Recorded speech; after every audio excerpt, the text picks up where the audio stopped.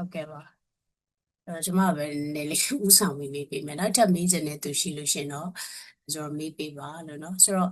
အခုလက်ရှိမှာဆိုလို့ရှိရင်ဒီမင်းအောင်လိုင်းကနေပြီးတော့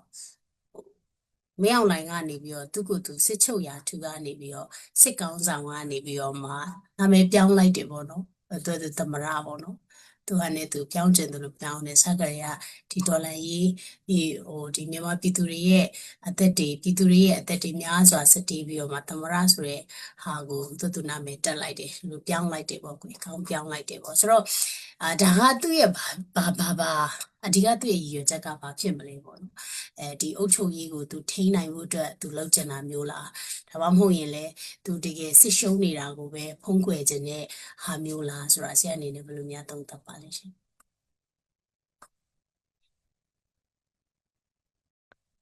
သူ့ကိုကြည့်ရတော့အစာကရသမရဖြစ်ချင်တယ်လည်းတူပါတယ်အဲ့လိုဆိုတော့ဟိုဖြစ်ချင်တာဖြစ်အောင်လုပ်တာလို့ပဲတစ်ဖက်ကလည်းပြောလို့ရမှာပေါ့နော်ဟိုဖြစ်တင်တာဖြစ်တင်ရလားဘယ်လိုဖြစ်တင်တယ်လဲဆိုတာမျိုးတော့လုံးဝပြစ်ပယ်ထားတာပေါ့နော်သူဖြစ်ချင်တယ်ဖြစ်ချင်ရအောင်လုပ်မယ်ဆိုတဲ့ဟာမျိုးပေါ့နော်အဲ့လိုမျိုးပဲမြင်ပါတယ်တစ်ဆက်တည်းမှာလည်းပဲကျွန်တော်တို့နဲ့ဆက်ဆံနေရတဲ့လူတွေအကြောင်းကျွန်တော်တို့နဲ့ရင်ဆိုင်နေရတဲ့လူတွေအကြောင်းကျွန်တော်တို့သိဖို့လုပ်မယ်နော်ပြောချင်တာကဒီဟာအတွက်နဲ့ဒါရာဆွဲမှုတွေကျူးလွန်နေလို့သူတို့မြင်တာမဟုတ်ဘူးပေါ့လေဒါတော်လိုင်းသူတို့အတွက်ကကြတော့ဒါပြည်ထောင်စုကြီးမပြိုကွင်းအောင်ပြည်ထောင်စုချုပ်ကဲတင်နေတာပေါ့သူတို့အတွက်မှာတော့သူတို့အတွက်ပြည်ထောင်စုကြီးကိုကဲတင်နေတဲ့အချိန်မှာမလို့မရတာဘာမှမရှိဘူးပေါ့ပြောချင်တာဘုံကျဲတယ်ဆိုရင်လည်းဒါလိုအပ်လို့ပဲလူတွေသေးတာဆိုရင်လည်းဒါဆိုတောင်းကျမ်းသူတွေပေါ့အဲ့လိုမျိုးပဲလွယ်ကူကူနဲ့အကုန်လုံးပြေဖုံးခါချလိုက်ပြီးမှာပေါ့နော်ဒါတိုင်းပြည်ကိုကဲတင်နေပေါ့လေဒါလည်းတစ်ဖက်ကကြည့်မဆိုရင်ကျွန်တော်တို့မှာလေယာအလိုက်ရှိမှထင်တယ်အလွှာလိုက်ပေါ့နော်အလွှာလိုက်ဆိုတာကဒါ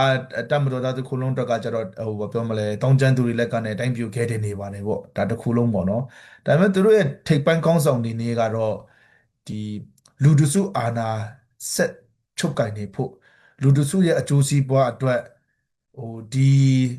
အဖွဲ့အစည်းတစ်ခုလုံးဒီ institution တစ်ခုလုံးအသုံးချရမယ်ဆိုတော့အပေါ်ပိုင်းထိပ်ပိုင်းကောင်းဆောင်တွေကနားလဲတာပေါ့နော်အဲ့ဒီထိပ်ပိုင်းကောင်းဆောင်တွေထဲမှာထိပ်ဆုံးကောင်းဆောင်လို့ပြောရမယ်ဒီမင်းအောင်လှိုင်ကတော့ဒီတက်ချုပ်ရာထူးကနေသမ္မတရာထူးလုပ်မယ်သမ္မတရာထူးလုပ်ခြင်းအဖြစ်တစ်ဖက်ကသူတို့အတွက်ကတော့သူတို့မြန်မာအကျိုးမြတ်တွေအများကြီးထွက်တယ်လို့မြင်ပါပေါ့ပြောလို့ရတာပေါ့ပြောချင်တာကဟိုရွေးကောက်ပွဲဆိုလည်းလုပ်လိုက်တယ်ရွေးကောက်ပွဲနဲ့တက်လာတဲ့အမတ်တွေကလည်းပဲတင်မြှောက်လိုက်တယ်အဲ့ဒီကနဲ့အုပ်ချုပ်ရေးပေါ့နော်အုပ်ချုပ်ရေးပဲပြောဒီမန်တိုင်ဒီဖက်မန်တိုင်မှာလည်းပဲတက်ကလူတွေပဲတက်မှာလည်းတက်ကလူတွေပဲဆိုတော့ပြောမဆိုရင်ဟိုဒီမန်တိုင်ကြီး၃ရက်မှာအကုန်လုံးကလည်းတက်ကလူတွေပဲဆိုတော့သူတို့အတွက်ကတော့ဒါအလုံးစုံအလုံးခြုံဆုံးအဖြစ်တင်ဆုံးဘယ်လိုပြောမလဲလက်ဝါးချင်းချင်းလို့ရတဲ့လူတွေထဲနဲ့သွားတဲ့ပုံစံမျိုးဖြစ်သွားတာပေါ့ဆိုတော့ဒါသူတို့ရဲ့နိုင်ငံရဲ့အကြံစီလည်းဖြစ်ပါလိမ့်မယ်ပြီးတော့မှသူတို့အတွက်အလုံးခြုံဆုံးအသေးချာဆုံးနိုင်ငံရေးပြည့်မြောက်မှုပုံစံလည်းဖြစ်ပါလိမ့်မယ်ဟိုဒါတွေကိုကျွန်တော်တို့ကတော့အရှိအရှိတိုင်းမြင်ဖို့လိုတာပေါ့နော်တစ်ဖက်မှာလည်းသူတို့ရဲ့နားလေပုံသူတို့ရဲ့ဒီနိုင်ငံရေးကိုဒီဒီနိုင်ငံရဲ့အကြက်တဲသူတို့ရဲ့ချင်းကပ်ပုံကိုကျွန်တော်တို့နားလည်မယ်လို့နားလည်ဖို့လိုမယ်လို့လည်းမြင်ပါတယ်ဆိုတော့သူတို့ကတော့လှုပ်ရှားရှိတာလှုပ်မယ်သူတို့လှုပ်ချင်တာလည်းအကုန်လုံးဖြစ်အောင်လှုပ်တာမျိုးတော့တွေ့ရတယ်ပေါ့နော်တစ်ဖက်မှာကျွန်တော်တို့ကရောဘာတွေလှုပ်နေတယ်လဲဘာတွေလှုပ်လိုက်မလဲဘာတွေလှုပ်ကြမလဲဆိုတာမျိုးပြန်သုံးသပ်ဖို့လိုမယ်လို့ပဲမြင်ပါတယ်ဟုတ်ကဲ့ပါဆိုတော့တစ်ဆက်တည်းမှာပဲဒီမင်းအောင်လိုင်းကနေပြီးတော့ဒီမြန်မာနှစ်သိကူမှာဆိုလို့ရှိရင်ဒါပြည်သူသမရပေါ့နော်ဝင်းမြင့်ကိုလည်းပဲလွှတ်ပေးအောင်တွေ့ရတယ်ပြီးတော့ခုဆိုလို့ရှိရင်လည်းနေ့တနေ့ကပဲဒီပြည်သူကောင်းဆောင်ပေါ့နော်နိုင်ငံကောင်းဆောင်တောင်ဆန်းစုကြည်ကိုလည်းပြန်လွှတ်ပေးလားဘယ်လိုလဲသူတို့ကတော့အခြေချုပ်နေထားတယ်ဆိုတဲ့ဟာမျိုးတပ်ပုံတွေဒီsocial media ပေါ်မှာသူတို့လွှင့်ကြတယ်ပေါ့နော်ဆိုတော့ဒီလိုမျိုးဒါဒီလောက်ရက်ကဘာဖြစ်မလဲပေါ့နော်ဒီအာနိုင်ငံတကာရဲ့ PR တွေကြောင့်ဖြစ်မလားဒါမှမဟုတ်လဲတော်လှန်ရေးအင်အားစုတွေကြားမှာဒီသဘောထားပို့ပြီးတော့ကွဲလွဲအောင်လို့ဒီထင်အောင်ထင်မှားဖြစ်အောင်လို့များသူရဲ့လှည့်ကွက်ဖြစ်မလားဆိုတာဆရာအနေနဲ့ဘယ်လိုများမြင်မိပါလဲ သူ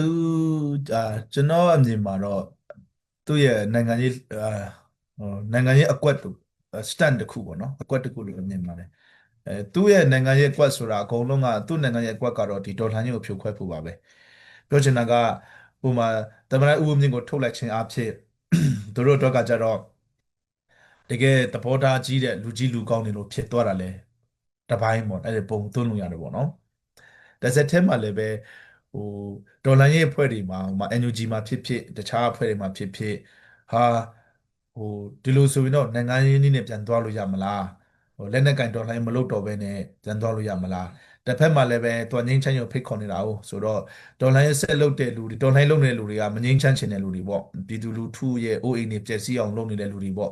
့အဲ့လိုမျိုးပုံသွင်းချင်တာလည်းပါမှာပေါ့ဆိုတော့တစ်ဖက်မှာလည်းပဲသူတို့ကကြည့်မဆိုရင်ဟိုသူတို့မှာကသူတို့မှာအကုန်လုံးအကွက်တွေအကုန်လုံးရှိပြီးသားပေါ့ဖြစ်နိုင်ခြေရှိတာကဥဝင်းမြင့်သမ္မတဥဝင်းမြင့်ဘာပြောမလဲဆိုတော့သူတို့စောင့်ကြည့်နေမှာပဲဥဝင်းမြင့်ပြောတဲ့စကားတစ်လုံးကဒေါ်လာရေးကိုအားဖြစ်စေတယ်ဒေါ်လာရေးကိုစူးစီးစေချင်တယ်ဆိုရင်အချက်ချင်းပြန်ဖမ်းလိုက်မှာပဲသူတို့ကတော့လုတ်ချင်လို့လုပ်လို့ရတယ်ဥပမာကျွန်တော်တို့ကစိတ်ကောင်းစီနဲ့ဘယ်လိုပြောမလဲသွေးကြွေးမှာဆွေးနွေးစရာမရှိပဲပြောကြတယ်ဆိုပါစို့ဘယ်လိုပဲပြောကြတော့ဟိုဟိုဒေါန်ဆန်းစုကြည်ကို proof of life လုပ်ပေးပါဘာလုပ်ပေးပါညာလုပ်ပေးပါဆိုစိတ်ကောင်းစီပဲသွားတောင်းပန်နေရတာလေစိတ်ကောင်းစီကိုပဲ request လုပ်နေရတာဟုတ်ဆိုတော့မင်းတို့ငို့ဘယ်လောက်မုန်းနေပြောဘာပြောညာပြောဒါဟိုဟီတလာထဲဆိုးတဲ့လူသားကောင်းဆောင်အာနာရှင်ပြောငါရှိပဲလာတောင်းရတာမဟုတ်လားငါ့ကိုပဲလာ request လုပ်ရတာမဟုတ်လားဆိုတော့အချို့မျိုးသူကတော့ချိုးမှာပဲဆိုတော့တကယ်အခုလဲခဏအကျဉ်းချုပ်လွှတ်ပေးလိုက်တယ်ပြီးတော့မှအချိန်ကြီးမှပြန်ထိန်းတော့မှာပဲပြန်ဖန်တော့မှာပဲဒီမြန်မာနိုင်ငံတစ်ခုလုံးကငါတို့စိတ်တိုင်းကြစီမံတယ်လို့ဖြစ်နေတယ်ဆိုတာနားလည်ဖို့လိုတယ်မင်းတို့သိဖို့လိုတယ်ဆိုတော့ message ကိုလည်းသူတို့ပေးတယ်လို့မျိုးဖြစ်မှာပေါ့ပြောချင်တာကဟိုလူဒီကိုသူတို့နေနဲ့အရင်တော့ကကျွန်တော်တို့ဟွာရှိပါတယ်ဟိုဒီ2010နောက်ပိုင်းတော့ကဆိုရင်လေမီးကလာပြီဆိုရင်အကုန်လုံးဟိုကျွန်တော်တို့ဟေးဟာနိုင်ငံလို့ခေါ်တယ်လေပြောချင်တာကမိလာပြီဆိုဟေးဆိုဝိုင်းပြောကြတယ်အကုန်လုံးဟိုရီရီတင်ကြထမင်းနေချက်ပါတယ်လို့ချက်မိပြန်ပြတ်တော့ဆိုဟာပေါ့လေဆိုတော့အဲ့ဒါခဏဆိုဟေးဟာနိုင်ငံပေါ့လေဒီလိုမျိုးပေါ့စစ်ကောင်စီကလည်းပဲပျော်စေချင်ပျော်လို့ရတယ်စိတ်ညစ်စေချင်စိတ်ညစ်အောင်လုပ်လို့ရတယ်အကုန်လုံးကိုပြည်သူတွေရောဘာတွေအကုန်လုံးကိုလက်ဖွားတဲ့ရေလို့သွန်မှောက်လို့ရတယ်ဒီ power play တခုလည်းဖြစ်မှာပေါ့ပြီးတော့မှသူတို့ကတော့အချိန်တွေသုံးသပ်မှာပဲတွေးတိုးစမ်းမှာပဲအဲမထိတထိလေး short ပေးခြင်းလုပ်ပေးခြင်းအဖြစ်ဒေါ်လာကြီးဖွဲ့ချထဲမှာဘယ်လိုမျိုးအကြောင်းများပေါ်လာနိုင်တယ်လဲပေါ့အဲ့ဒါအကြောင်းပေါ်လာလေးဆိုရင်တို့ short ပေးလေးဖြစ်မယ်ဒါပေမဲ့တို့ short ပေးလိုက်တာကဒေါ်လာကြီးကိုစူးစီးသွားစေနိုင်တယ်တို့ပြောတဲ့စကားတစ်ခုကဒေါ်လာကြီးကိုကြစ်လက်သွားစေမယ်ပြတ်သားသွားစေမယ်ဟာမျိုးဆိုရင်ချက်ချင်းပြန်ဖမ်းမိထည့်လိုက်မှာပဲဆိုတဲ့ဟာမျိုးပေါ့နော်ဒါသူ့ရဲ့နိုင်ငံရဲ့အကွက်တွေပဲပေါ့ဆိုတော့သူ့တော့ကတော့လူကြီးလူကောင်းလည်းဖြစ်ရတယ်နိုင်ငံတကာမှာလည်းနည်းနည်းဝင်ဆက်မယ်ပါညာပေါ့ကျွန်တော်တော့ဟိုဒီလိုမျိုးပါကမ်ပိန်းညာကမ်ပိန်းလုပ်လို့သူတို့ကနားထောင်နေဆိုတာမျိုးလို့တော့မမြင်မိဘူးသူတို့ကတော့သူတို့ရဲ့နိုင်ငံရေးကလန်ဒါအရတွက်ချက်မယ်ဟိုခဏလွှတ်မယ်ဖန်တော့ဘယ်လိုလုပ်သူ့ကလန်ဒါနဲ့သူလုပ်တာပဲဒီကြားထဲမှာထန်းသီးကြွေခတ်ကြီးနှင်းခိုက်လိုမျိုးသူတို့ကဟိုဘယ်ပြောမလဲလူသားချင်းစာနာဖို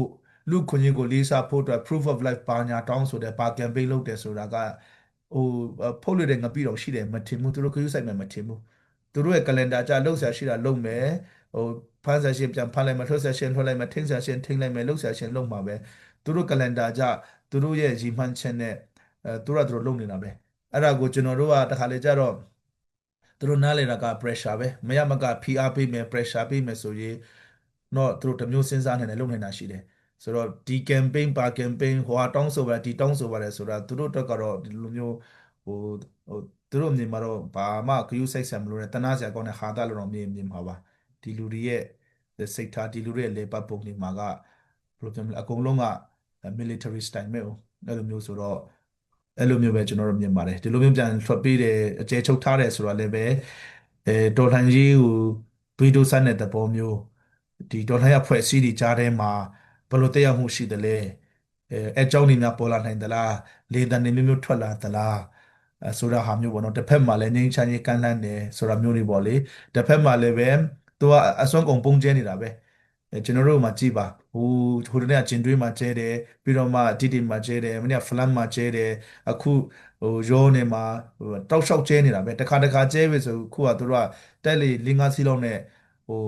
9 ကြိမ်10 ကြိမ်လောက်တစ်ခါလေအဲ့လိုဖွတ်ကြည့်အောင်ကျဲတာပဲတစ်ဖက်မှာလည်းပဲငင်းချိုင်းစကားပြောနေတာပဲတစ်ဖက်မှာလည်းပဲဟိုကပြန်လွှတ်လစ်သူလုပ်နေတာပဲဆိုတော့သူတို့ကတော့ကလန်ဒါကြသူတို့လုပ်ဆရာရှိတာတစ်ခုချင်းစီလုပ်နေတယ်ပေါ့နော်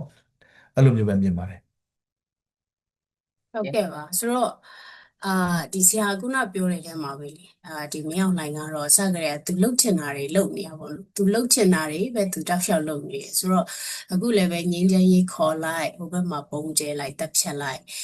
ပြီးတော့မှဟိုသမရလေးလွတ်ပြလိုက်ဟိုမျက်နှာလေးပြလိုက်ပေါ့နော်အမျိုးမျိုးလုပ်နေရမျိုးဆိုတော့ဒီကြားထဲမှာလည်းပဲတောက်လျှောက်ဒီsocial media ကနေတော့လည်းကောင်းပေါ့လေဟိုစိုးရိမ်မှုတွေအများကြီးဝေဖန်မှုတွေအများကြီးကြားနေရတယ်ဒီလိုနဲ့ပဲကြားလာရင်တော့ဟိုဒီစားကားစားနဲ့ပဲနောက်ဆုံးငြိမ်းချမ်းရေးစကားဝိုင်းဖြစ်သွားမှာပဲနော်ဒီလိုမျိုးနဲ့ပဲပြီးသွားမှာပဲတော်လိုင်းကြီးကလည်းဆိုတဲ့အားမျိုးပဲပေါ့နော်ဟိုတွေးကြွေးမှာဆွေးနွေးစရာမရှိဘူးဆိုပေမဲ့နောက်ဆုံးကျတော့လေဒီလိုပဲပြန်ဖြစ်သွားမှာပဲဇပွဲပေါ်မှာပဲပြီးသွားမှာပဲဆိုရင်ဝေဖန်တဲ့နေများရှိနေတယ်ပေါ့နော်ဆိုတော့အဲ့ဒီပေါ်မှာဆရာအနေနဲ့ဘယ်လိုများပြောချင်ပါလဲသွေးကြွေးမှာဆွေးနွေးစရာမရှိပါလေဒါပေမဲ့ငင်းချက်ရေးမှာဆွေးနွေးစရာရှိလို့အဲ့လိုမျိုးလည်းဖြစ်နေမှာပေါ့တိုင်းပြည်တိုးတက်ရေးမှာဆွေးနွေးစရာရှိပေါ့ဟိုအာနာရှင်မြစ်ပြုတ်ရေးမှာတော့ဆွေးနွေးစရာရှိပေါ့သွေးကြွေးမှာတော့ဆွေးနွေးစရာမရှိပေါ့ဆိုတာမျိုးဒါကဘယ်လိုပြောမလဲချန်တစ်ခုပါဟိုဘယ်လိုပြောမလဲထွက်လာတဲ့ဒါဆောင်းပုတ်တစ်ခုလို့ပါလို့ပေါ့နော်ဒါကကျွန်တော်တို့ရဲ့ guiding principle လည်းမဟုတ်ဥပဒေသားလည်းမဟုတ်ပေါ့လေဒါပေမဲ့ကျွန်တော်တို့မှာဟိုစဉ်းစားမှာပဲပြောချင်တာဘလို့ပဲဖြစ်ပါစေဒီစဉ်းစားဆိုမှကျူးလွန်ထားတဲ့လူတွေအကုန်လုံးကိုကျွန်တော်တို့ဥပဒေနဲ့ပြန်ရင်ဆိုင်ရမယ်ဥပဒေအရေးယူနိုင်လို့အရေးယူနိုင်အောင်ကြိုးစားမယ်ပေါ့နော်အဲ့ဒါမျိုးတွေကတော့ကျွန်တော်တို့ဟိုလုံးဝလက်ထွက်လို့မရတဲ့ဟာတွေဖြစ်မယ်တစ်ဆက်တည်းမှာလည်းပဲဟိုလက်တွေ့ကြဖို့လိုတဲ့အပိုင်းတွေရှိမယ်ဟိုဆိုပါစို့ဟိုဒေါ်လာရဲ့အဖွဲ့တွေမရှိတော့ဘူးဆိုရင်မတော်လှန်နိုင်ကြတော့ဘူးဆိုရင်အဲ့ဒီသူ့ကျွေးမှာဆွေးနွေးစရာမရှိအလကားဟိုလွတ်ပစ်လိုက်ရုံပဲရှိမယ်ဒေါ်လာအဖွဲ့တွေမရတည်နိုင်ကြတော့ဘူးဆိုရင်မတော်လှန်ကြတော့ဘူးဆိုရင်ဟိုပြည်သူလူထုကိုဥဆောင်မှုမပေးနိုင်တော့ဘူးဆိုရင်ပေါ့နော်ဆိုတော့ကျွန်တော်တို့မှာဟိုဘယ်လိုပြောမလဲ survivor ပေါ့နော် survivor of the fittest ပဲကျွန်တော်တို့ရက်ဒီတော်လှန်ဝိညာဉ်ဒီအမှန်တရားအတွက်ဆက်လက်ရပ်တည်နေဖို့အမှန်တရားအတွက်ဆက်လက်ရုန်းကန်နေဖို့အမှန်တရားဆက်လက်ခိုင်နေအောင်အင်အားရှိနေအောင်ကျွန်တော်တို့မှာလှုပ်ရှားတယ်ရုန်းကန်ရှားတယ်ရှိရမယ်အဲပြောချင်တာကကျွန်တော်တို့ဒီတော်လှန်ရေးဒီအတ္တမနဲ့ဓမ္မအမြဲတမ်းပြောကြတော့ညာလည်းပဲဟိုရှုံးနေနိုင်တယ်ဆိုမှကျတော့ဓမ္မနဲ့အတ္တမနဲ့မဆိုင်ဘဲနဲ့အင်အားနဲ့ဆိုင်တာအောင်ဆိုတော့ကျွန်တော်တို့အင်အားမရှိဘူးဟိုဒီဟာတွေကိုဒီစိတ်ကောင်းစီရဲ့ထိုးစစ်ဒီစိတ်ကောင်းစီရဲ့အင်အားကိုမတုံ့ပြန်နိုင်မှုဆိုရင်ဒီနောက်မှာဖြစ်လာမဲ့ဟာတွေအကုန်လုံးအတွက်ဟိုဘယ်လိုပြောမလဲဟိုနိုင်ငံတကာဥပဒေတော်၎င်းတခြားဥပဒေတာဒီပါညာအကုန်လုံးကတော့ဟိုလက်ပိုက်ထိုင်ကြည့်မှာမို့ရင်ခွဲပက်လက်ပေါ့နော်လက်ပိုက်ထိုင်ကြည့်ရတဲ့ဆင်းမျိုးဖြစ်သွားမှာပဲဆိုတော့ကျွန်တော်တို့အနေနဲ့ဟိုဆွေးနွေးကြတယ်စကားပြောကြတယ်ဆိုတာကရှိလာနိုင်ပါတယ်ရှိလာမှာပါဒါပေမဲ့ဘယ်လိုအခြေအနေမှာဘယ်လိုအခြေအနေမှာဘယ်လိုပြောကြတယ်လဲဆိုတာမျိုးကဟိုဒီအခုချိန်မှာကျွန်တော်စူးစမ်းမှာဖြစ်တယ်အားထုတ်မှာဖြစ်တယ်ဆွေးနွေးစကားပြောရဲဆိုတာနောက်2 နှစ်3 နှစ်တွင်းဖြစ်လာနိုင်တယ်4 50နှစ်တွင်းဖြစ်လာနိုင်တယ်ဒါပေမဲ့အဲ့ဒီအချိန်ရောက်ရင်အဲ့ဒီအချိန်မှာရောက်နေတဲ့အခြေအနေအရစကားပြောတာမျိုးရှိမှာပဲဆိုတော့ဟိုဒါတွေကိုကျွန်တော်တို့စကားပြောတယ်ဆိုတာရှိမှာပဲဒါကဟိုကျွန်တော်တို့ကဟိုနောက်ကြရင်ဘယ်လိုပြောမလဲမြင်ပြင်မှာမရှိပဲစကားပြောတာမျိုးဖြစ်မလားတရားခွန်မှာစကားပြောတာမျိုးဖြစ်မလားဟိုစပွဲဝိုင်းမှာစကားပြောတာမျိုးဖြစ်မလားဆိုတာမျိုးတွေဘယ်လိုမျိုးစကားဝိုင်းဖြစ်မလဲဘယ်လိုမျိုးစကားမျိုးဖြစ်မလဲဆိုတာကတော့ဒါနောက်လာမဲ့သမိုင်းကဖြေပြီးမှာပေါ့လောလောဆယ်ကျွန်တော်တို့ဘာတွေလုပ်ဆရာရှိမလဲဘာတွေရုန်းကန်ဆရာရှိမလဲဒီကနေမှဘာတွေလုပ်တင်တယ်လဲဘာတွေဦးစားပေးလုပ်ကြမလဲဆိုတာမျိုးကိုပဲကျွန်တော်တို့အာယုံစိုက်ဖို့လုပ်မယ်ထင်ပါတယ်။နောက်ကိုစကားပြောရတဲ့အချိန်မှာပြောရတာတော့အဲ့ဒီအချိန်ကျရင်အဲ့ဒီအချိန်တွေပုံမူတည်ပြီးမှ အဲ့ဒီကိုရောက်ရှိသွားတဲ့အခြေအနေပေါ်မူတည်ပြီးမှပြောရတာမျိုးရှိမှာပေါ့